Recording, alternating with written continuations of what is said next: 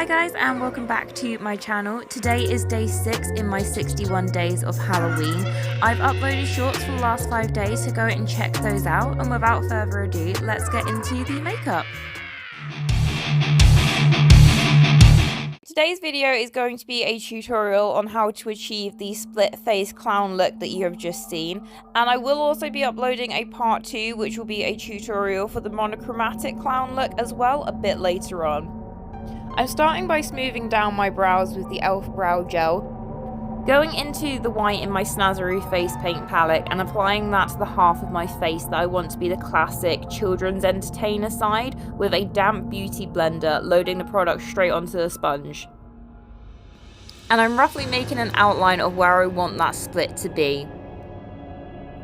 Using a damp makeup sponge is definitely the best method I have found for packing on white face paint, and I would recommend that you use them over a face paint sponge or a brush for a better overall effect.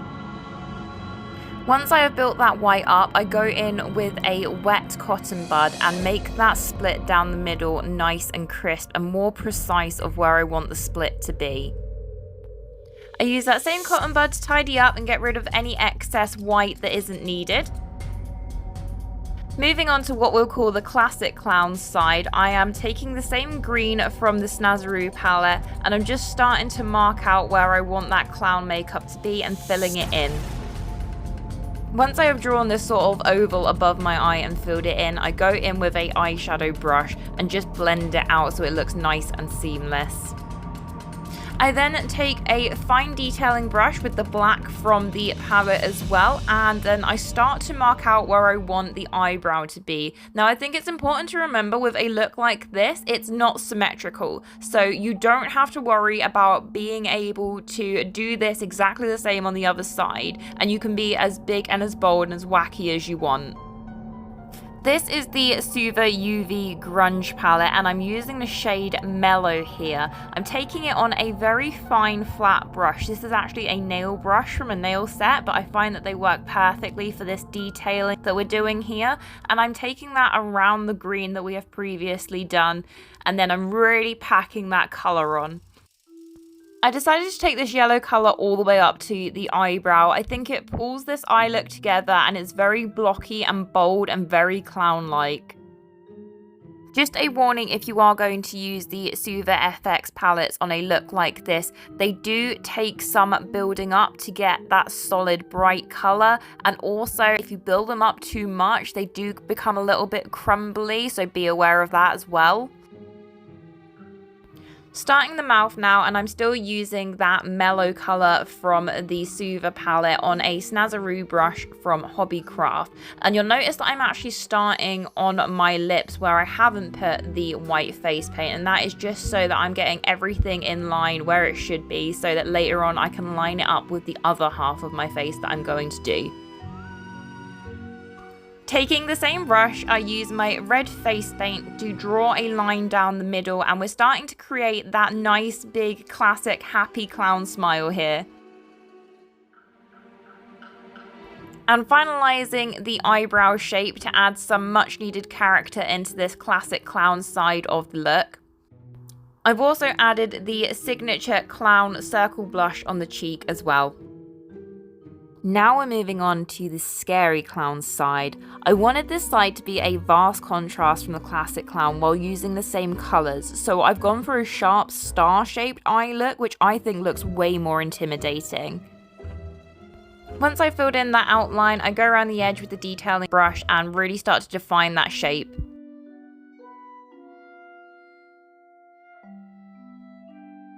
Now that we've got the eye shape down, I go back in with that mellow colour and start filling it in. I did have some issues with this. It didn't go on as smoothly as I expected it to. However, I pushed through and I did manage to get quite a solid colour out of it. And quite honestly, in the end, I liked the crumbled effect. I think it went really well with the scary clown side. I decided not to fill them in completely and left them crumbly and deteriorated looking. Using that small flat brush with the same green, I go in and just correct any mistakes where the yellow shouldn't be. Taking another thin, flat, small brush, I use the black face paint to mark out where the mouth on this side is going to be. It's important to match the two mouths up together very precisely so as to get the full effect of the split face look. I then fill in the entire outline of the mouth on the scary clown's side black, as this is going to act as our background when we add on the big white teeth in just a moment. Taking a medium face paint brush, I load it up with red face paint and start to outline the scary clown mouth, making sure to stay within that black mouth shape that we've just created. You can see how the red starts to blend with the black, which gives a great depth effect.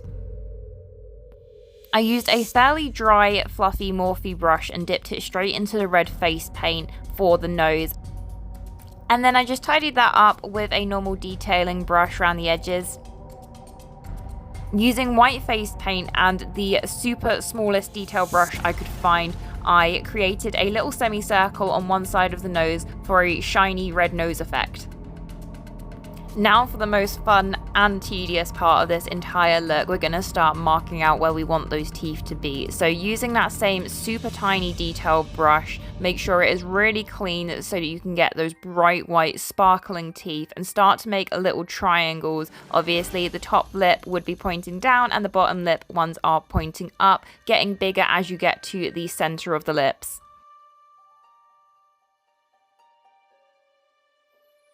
You might notice, like with the red, the white starts to blend with the black, which is quite helpful for creating the illusion of depth and shade on the teeth. With black face paint, I just go back in between all of the teeth and sharpen up those lines and define the edges of the teeth. You can see me here holding the Snazaroo Special Effects Fake Blood. I can wholeheartedly say I do not recommend this product. It seemed to melt the face paint off of the teeth and started to make them look very sloppy looking, and the product itself was incredibly hard to work with. I have used it before and I should have known better, but I wanted to give it the benefit of the doubt, and all I can say is I wouldn't use this product if I were you. As you can see from this still here, it's practically melted the shape of the middle tooth, so it's unrecognizable. So luckily I do have a stash of fake blood, and I had this Revolution one from last year. I poured some of that out and I used this nail dotting tool to dab it on into places and try and rectify the shape. I also dabbed it around the bottoms to try and give it a little depth as well and make it look textured and more than one dimension. I think all in all the Revolution Fake Blood did manage to save this look, however I will say it is a little bit pinkier than I would like for Fake Blood. Using the same tool, I dab around the outside where the lips are. It really brings depth to this look and gives it a texture, which I think adds to the general creepiness of this look. I also drag the occasional tiny little bit of blood down as well, and you can see when it dries, it has that texture that makes it look actually quite gory. The last element of this look, the bit that ties it all together, is the stitching. So the way I started that is with the thick face paint brush and the red. I'm drawing a line straight down the center where you can see that split is. And then just going over that line and making sure that it is really bold. We need that red to stand out because we're trying to imply that this is a wound that has been stitched back together.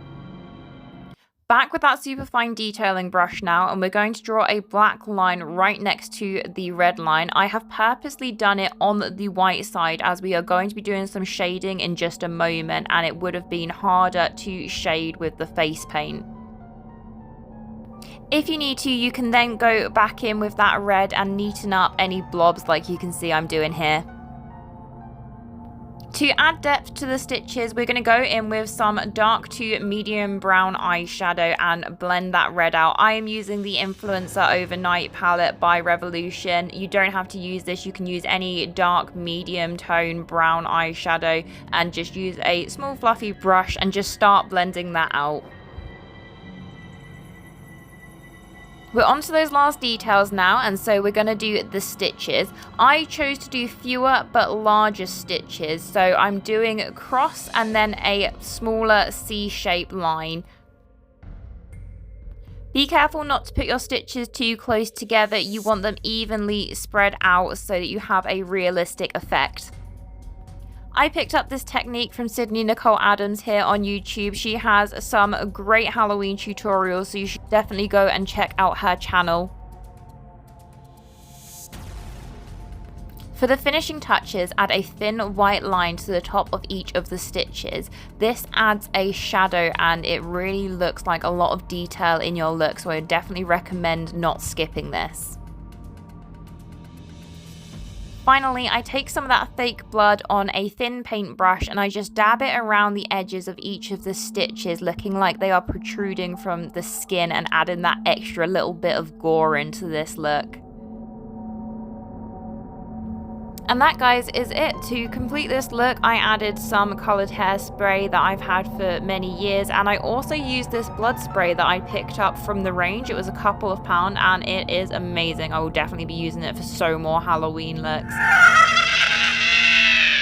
Thank you so much for watching this far. I loved every second of doing this makeup and making this video, and I will have so many more Halloween makeups coming your way, so make sure you subscribe and like. Thanks. Bye bye. Bye.